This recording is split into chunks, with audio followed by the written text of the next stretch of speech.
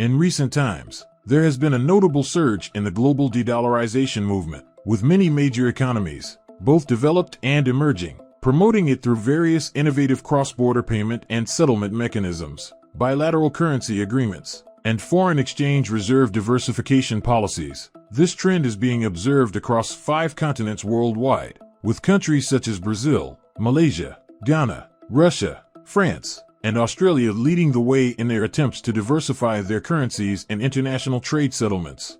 On March 31st, ASEAN adopted a local currency trading plan to increase the use of local currencies and decrease reliance on major international currencies, primarily the US dollar, in cross-border trade and investment. Similarly, on April 1st, India announced the settlement of trade with Malaysia in Indian rupees and expressed readiness to trade with more countries using their local currencies to address dollar shortages in their foreign reserves. The International Monetary Fund has reported that the dollar's share of global foreign exchange reserves has hit a new low since 1995, signaling a declining trend. The weaponization of the dollar has turned from conjecture to reality since the Russia-Ukraine conflict, even for countries that have no conflicts with the U.S. Holding a large amount of a temporarily unusable currency like the dollar poses a significant risk to each country. Economist James Rickards has been warning about the dollar's declining status and the unilateral financial warfare and excessive abuse of its position by the U.S., leading to other countries hastening their de-dollarization process. Many countries worldwide are wary of holding dollars in fear of becoming targets of U.S. financial sanctions.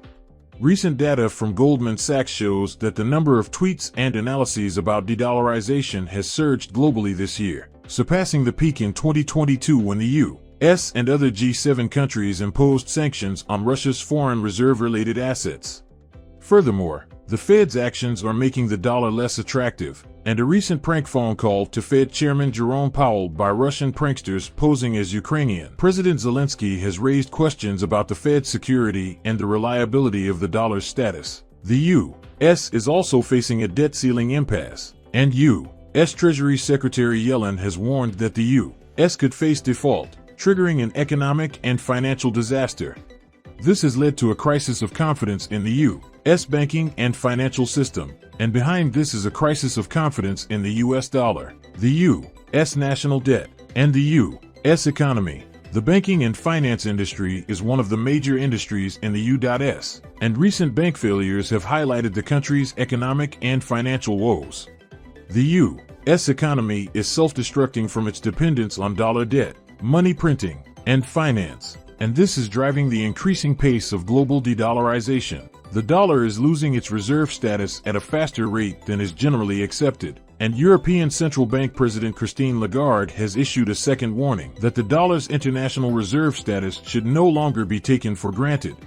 Even traditional U.S. allies, such as the 6 G7 members, Japan, the United Kingdom, France, Germany, Italy, and Canada, as well as Israel, have begun to de-dollarize in different ways. For example, the Bank of Japan has formed a joint group with the Bank of England, the Bank of Canada, the European Central Bank, and the Swiss Central Bank to develop a digital currency in an attempt to bypass the U.S. dollar. In summary, it appears that the de-dollarization trend is gaining momentum and may have significant implications for the global financial system in the years to come. Over the past few years, there has been a significant shift in the global financial landscape, with more and more countries looking to diversify their foreign exchange reserves away from the U.S. dollar. One of the countries leading this charge is Israel, which has recently announced that it will include the Chinese yuan as a foreign exchange reserve, replacing a portion of its dollar reserve share. In addition to this move, Israel has also been developing a digital currency backed by diamonds since 2020. Interestingly, Israel is not alone in its decision to diversify its foreign exchange reserves. According to recent reports, the number of countries considering issuing their own digital currencies has tripled to more than 110, representing about 71% of global GDP. Many of these countries have already issued or are planning to issue sovereign digital currencies, with the aim of using them for international trade and commerce, in order to reduce their reliance on the U.S. dollar. In fact, on April 26, Argentina's economy minister announced that the country would cease using the U.S. dollar to pay for imports from China and switch to using the yuan for settlement. In April, Argentina used the yuan to pay for roughly $1.04 billion worth of Chinese imports, and starting in May, it is expected to use the yuan for imports worth between $790 million to $1 billion. This is just one example of how the use of the yuan is gaining traction, as the number of global cross-border transactions settled in yuan surpassed those settled in US dollars for the first time in March.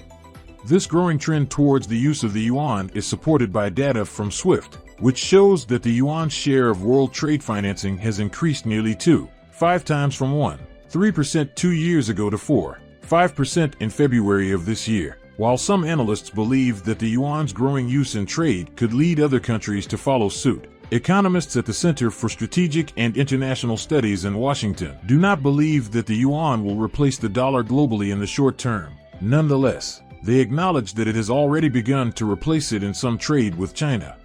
In addition to Argentina, Iran has also announced its plans to replace the dollar's foreign exchange status with the yuan as its primary foreign exchange currency. In fact, Iran has already implemented a barter method of trading gold directly in yuan, indicating that it has accepted the yuan as an alternative to the US dollar and equivalent to gold, which is a constant currency. Despite the restrictions on Iranian oil exports, data shows that at least 31 million tons of Iranian oil were shipped to China in the past 36 months, with the currency for these energy transactions largely in yuan. These developments have provided a lesson for other oil-producing nations to abandon the petrodollar, and sources claim that Saudi Arabia, the world's largest oil producer, is selling oil in yuan and converting it to gold on the Shanghai International Gold Exchange for its foreign exchange reserves. This move towards the yuan as a reserve currency is further supported by the recent settlement between Saudi Arabia and Iran in Beijing, indicating that the country is turning its focus eastward. Some analysts believe that this marks the end of the petrodollar and the dawn of the petro-Chinese yuan. Leading economist James Rickards agrees, stating that the excessive weaponization of the US dollar has caused resentment in Saudi Arabia, which was the initiator of the petrodollar. The OPEC bill, which aims to strip OPEC oil-producing countries such as Saudi Arabia of their oil pricing power, is being discussed in the U.S. Congress and is tantamount to the U.S. destroying the U.S. dollar and the petrodollar. The increasing popularity of digital currencies and the decreasing reliance on the U.S. dollar is a clear trend that is gaining traction globally. While countries like Iran, Venezuela, and Russia have been leading the charge, other nations are also joining in. Saudi Arabia, for instance, is taking heed of the lessons learned by these countries and is looking to distance itself from the petrodollar. It is apparent that the end of the petrodollar is on the horizon, and the rise of the petro-Chinese yuan is unfolding before our eyes.